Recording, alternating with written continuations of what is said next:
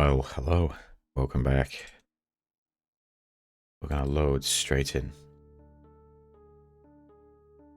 Okay, so last time we've already got our first star back from this super nice flounder fish. Now this is Eris, which is almost like a serpent. Well, I say almost, is a very big serpent. And that you see there is actually one of those guiding stars put on their head. They're wearing it as a crown. So, I mean, this music's great. I mean, we're going to get right into it now. So, Eris. Be a good boy. Don't try to run away or do anything rude. It will only hurt you. I don't want to say that. Does not want to use force at all.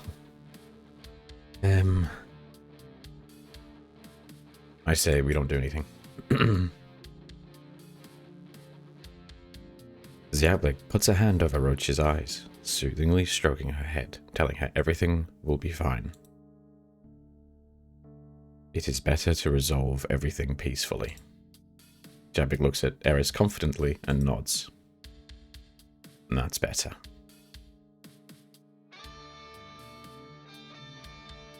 Eris just said, I love men of honor. They have so much resilience. Oh no. Eris laughs. Roach swears quietly. She seems to be very uncomfortable. Eris grins. She bends her neck in a strange way, and it seems that she isn't just a giant eel, but an ancient, all-powerful dragon. Oh. The rays of the star give Eris and the cosmos around her a touch of mystery. Eris, let's put a real fine point on it. You need the star, and I need the star. Maybe you need the star even more, for the sake of great feats like saving a damsel in distress, or some of the stupid things that heroes do. But my point is that I'm not interested in all of your stuff at all. The hero comes to save the princess from the dragon, but he doesn't really care about the princess, so he knocks the dragon down in blood, leaving the princess without a friend, and leaving himself without a reward. What a stupid hero. Eris's grin now looks even more predatory. She drowns her lips in a thin line, slightly exposing a set of teeth, long and razor sharp. So make me an offer that I can't refuse, or you can sail back in peace and try to look for antagonists somewhere else. Sorry, sweetie, but your princess is in another castle. Oh, yeah, I hear that. Zyablik looks at Roach questioningly, then turns to Eris, moves his hand curiously and points at Eris again. Roach says, are you going to explain my communication skills so much longer? Smiles guiltily. Grumbles then says loudly and clearly, Zyablik has a few questions. Okay.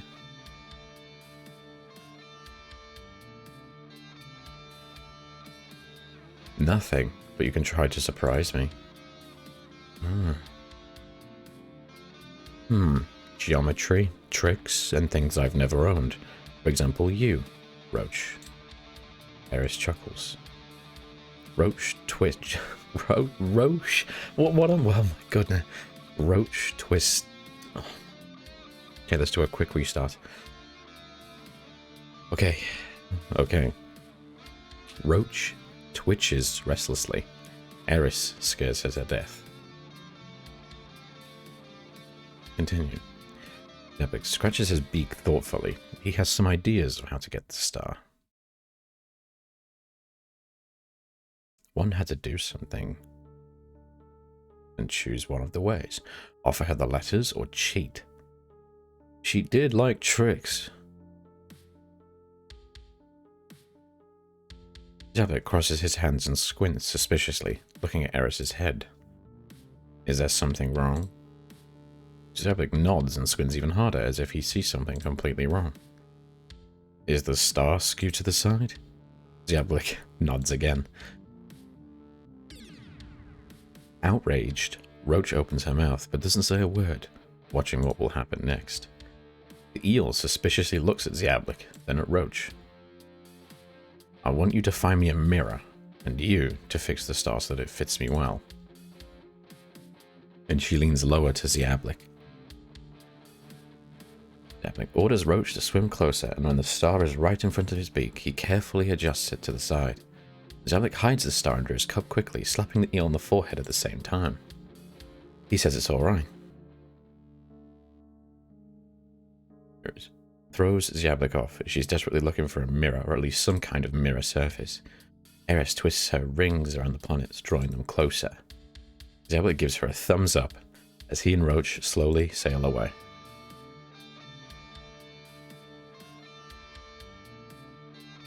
Further away, Eris notices a planet covered with mirror-like water surfaces and rushes there, forgetting about these two. Zyablik and Roach rush away as fast as they can. Soon they hear the screams of the fooled eel in the distance. The male fish spends the next couple of hours grumping about our hero's decisions. Oh no. They're gonna come back to bite us, aren't they? Ooh. The site looks like a battlefield. There are chunks of asteroids and planets all around, and space is lit with the bright red. It's suspiciously quiet. Anxiety's growing.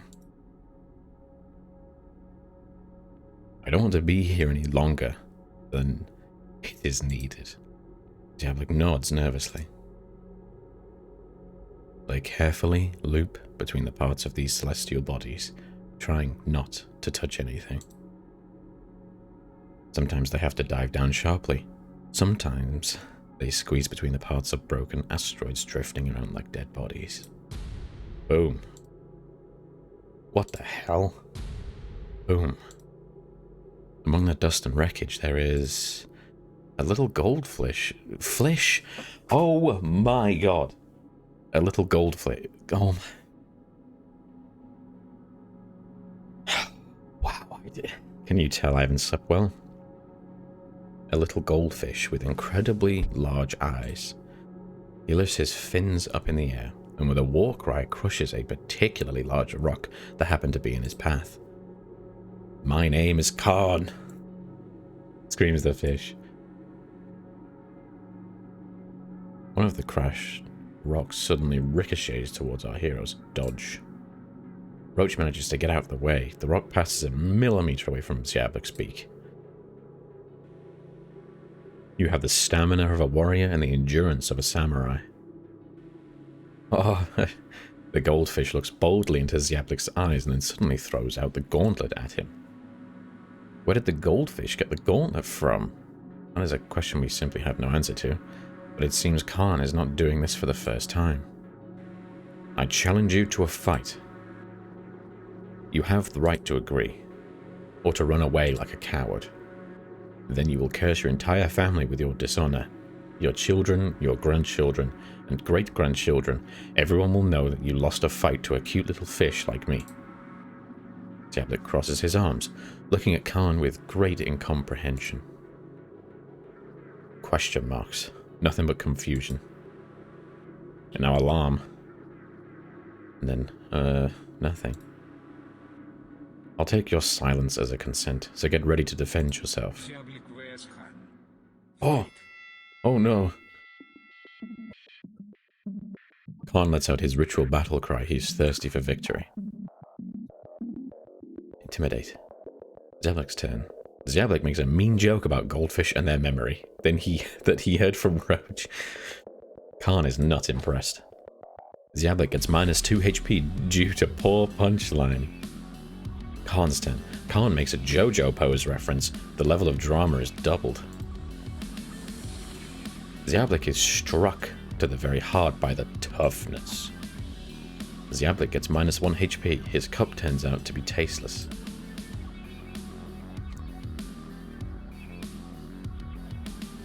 Oh no. Zyablik gets down on one knee and blows a kiss, launching a combo. Roach begins to serenade the rocks. Khan sobs, begging for mercy. Khan gets minus 12 HP. His sense of beauty suffered too much damage. Zyablik gets plus 3 HP, cured by Khan's tears. Khan writes angry comments on the internet. His fanbase strikes all the posts of his enemy. Zyablik's Twitter account is blocked indefinitely. Oh no. Zyablik gets minus 0 HP. He's very surprised he had a Twitter account at all. Realize your own capabilities. Oh, whoa! Zyablik draws the Batman fish sign on the screen. Batman fish appears next to the sign, and he is ready to defend Fish Gotham. The Fish Joker appears out of nowhere, and they both fly into the sunset. The attack is skipped. Bugger. Khan verbally insults Zyablik. Khan is given publicly. Khan gets minus 1 HP. Zyablik earned the power of self-respect. How do you want to end the fight? Distract. Yeah, I don't want to. Zyablik threateningly takes the letters from under his poncho and holds them like a fan. His gaze is steady. Khan looks at Zyablik with the sincere hatred of the defeated. He is ready to receive the final blow. The letters thrown in his direction twirl like you reckon and fall gently in front of Khan, who starts reading the text written on the envelopes. Are these war trophies? Right? How many battles have you survived? The goldfish is completely distracted, aggressively tearing the envelopes and absorbing their contents with both of his eyes. That will keep him a few minutes. Zyablik examines the landscape. It is finally visible. The star must be somewhere over here.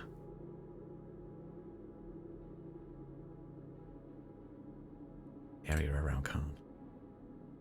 Zyablik didn't want to get close to this little bundle of rage again, but after a careful examination, he doesn't find anything interesting around him. Examine the debris.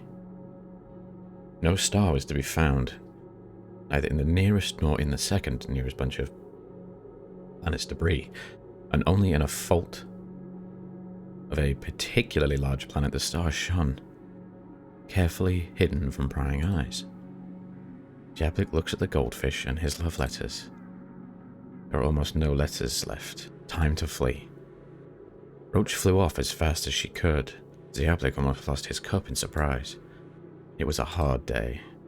Our heroes were far away when the male fish spoke. Roach, sorry about your letters. They are just paper, though.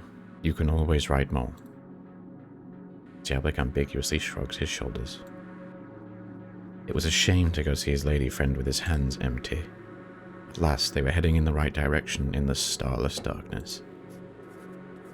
That is a shame, but at least he didn't have to die.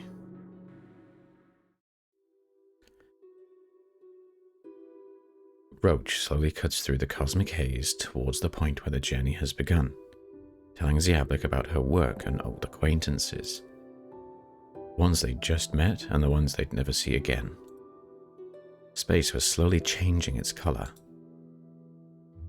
Oh. Red patches appear here and there, remissing the epic battle that had just taken place. A fog fell down on them suddenly, and the travelers got lost, with only their intuition to rely on while searching for direction. Sometimes they felt like Perrot's big eye followed them with a heavy stare. Sometimes, in the outline of a bizarre constellation, they saw Eris's smile. Everything felt like a forgotten dream, an experience in a past life, a story that never really happened. All both of them wanted was to fall asleep for many days, to sleep in advance for the rest of their lives. That was the point of no return. Under Zyablik's cup, the 3 stars tinkled. Tinkled? Twinkled softly, reminding him of the purpose of the entire trip.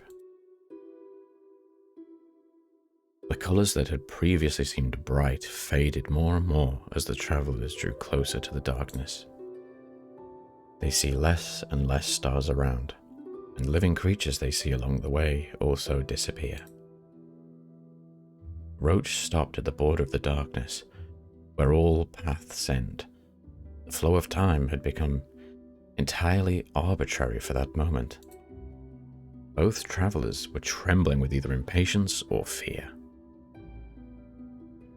Well, here we are. Roach was also terribly worried. Any last words? A testament? Anything else? Diablik shrinks and hesitantly touches the cup with his hands. Listen, don't be afraid. You did everything you could. You hem and haw when it's no use crying over spilled stars. And she laughed so hard that her laughter echoed many parsecs away. Diablik, encouraged, he smiles and lifts the cup. The stars flicker out of the cup one by one, filling the space with light. They moved farther and farther away, carrying their radiance as the messengers of the restored paths. Wow. Space flared up with the guiding lights. The mail route, which had been recently deserted, slowly began to fill with light, flaring up, swelling and pulsating like a single living organism. Wow! From the dark depths where all the living things were hiding, the malefish appeared and took the restored path, guided by the bright neon stars, encouraged to move forward. Here they are. Hundreds of paper envelopes went back to their recipients to complete the chain of communication. A perfect cacophony of emotions and a variety of shapes that Diablik couldn't ever imagine. Here they are, look at them. Roach smiled, floating forward. Oh, here they are, yeah, there they are. She was right in the middle of a stream of amazing colours and glittering fish scales of all kinds. Moving forward, she became a part of it. Meeting the saved stars one by one, and watching them sparkle in the company of the malefish, they continued their way, as if making it again. Oh wow. In a moment, somewhere in the distance, right there, where fish flocks were coming, a small planet appeared. It seemed to shimmer and glow with a strange radiance, warm and homely, unlike other stars. The malefish carefully circled around the planet and descended to its surface, a small oasis in the black sands of endless space. Diablik freezes, not believing his eyes. He's so close now. His dream is already in sight.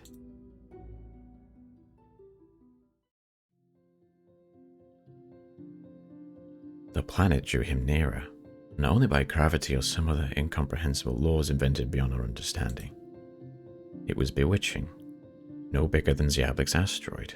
It was so much greener, brighter and warmer, as if its atmosphere itself shines and shimmers with different colours. A little green meadow, where the fish were rushing, was filled with motion and cheerful hubbub. And in the middle, just in the centre of the green spaces, she sat. The lady clapped joyfully as she, surrounded by fish, played some game that Diablik did not know. Now and then she would take breadcrumbs from the pocket of her dress and scatter them like fireworks over her head. Numberless little eyes were watching out for a treat. Everything seemed to be too beautiful. Diablik does not know what to do next. Watches his lady friend with fear from behind Roach's back. She's the one he's dreamt of for months, whose letters he read again and again. They were almost there, and the girl saw them and waved at Diablik joyfully. Or waved back. Diablik, determined, he waves back. The lady smiles and laughs, inviting them to come closer. Roach squinted with satisfaction, watching the scene. Before Diablik could react, Roach arched, strained, pouted, and then threw the hero up in the air. One malefish rushes towards Diablik, offering her back to him. Diablik goes down, lickety-split. And then another fish catches him, and another one, and another. Until he reaches the surface of the planet, and, catching the tail of a stingray, carefully jumps down, ending up right in front of the lady friend. Diablik takes his cup off chivalrously. The girl stares at Diablik, frozen, as if she doesn't believe what is happening. Then she takes off her wreath, made up of all the varieties of plants on her planet, and puts it on Diablik's head. Welcome home. Happiness and talkativeness returned to the male fish with the restored path, and rumors slowly began to reach the most remote corners of space. Rumors about a little heroic Diablik who, by the power of friendship, love, and kindness, saved the path. The lady friend was not upset at all that her gifts went to the big fish. They told her about the journey that the birdie with the cup had managed to reach, how he had fought the goldfish, how he had agreed with the eel, how he had calmed the flounder, and how the lost guiding stars had returned to the sky. He was grateful to Diablik. If you ask about Roach, she is doing well. She found her cap and continued working as a male fish. Sometimes she visits Diablik, telling news from the vastness that she could only hear and see. Still, someone had to make sure that stars will not disappear again. And now, sitting on her planet, in the middle of a stream of fish stock, they watched the male fish, meeting every dawn and sunrise together, rereading letters they had once written to each other out loud. They didn't have to count the hours before survivors waits for a male fish. They could feel each other's warm hands anytime.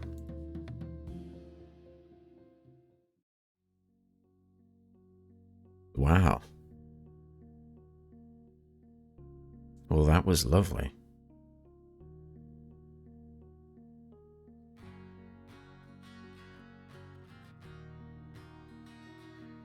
Wow.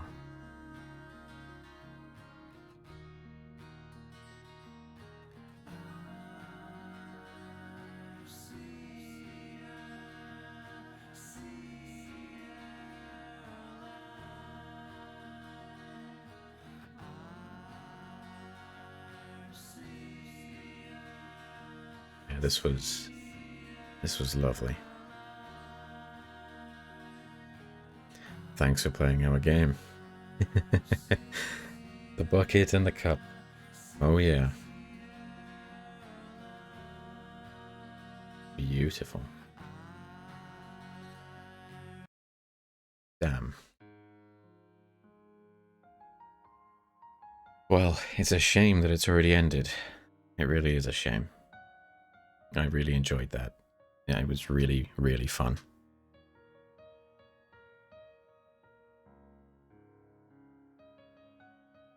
Well, I will say that is that for now.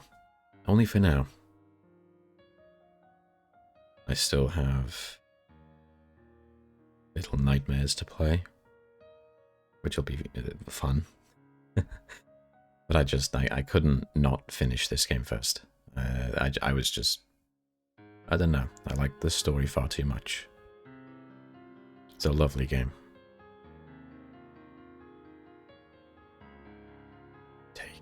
Take care, and I will catch you in the next video.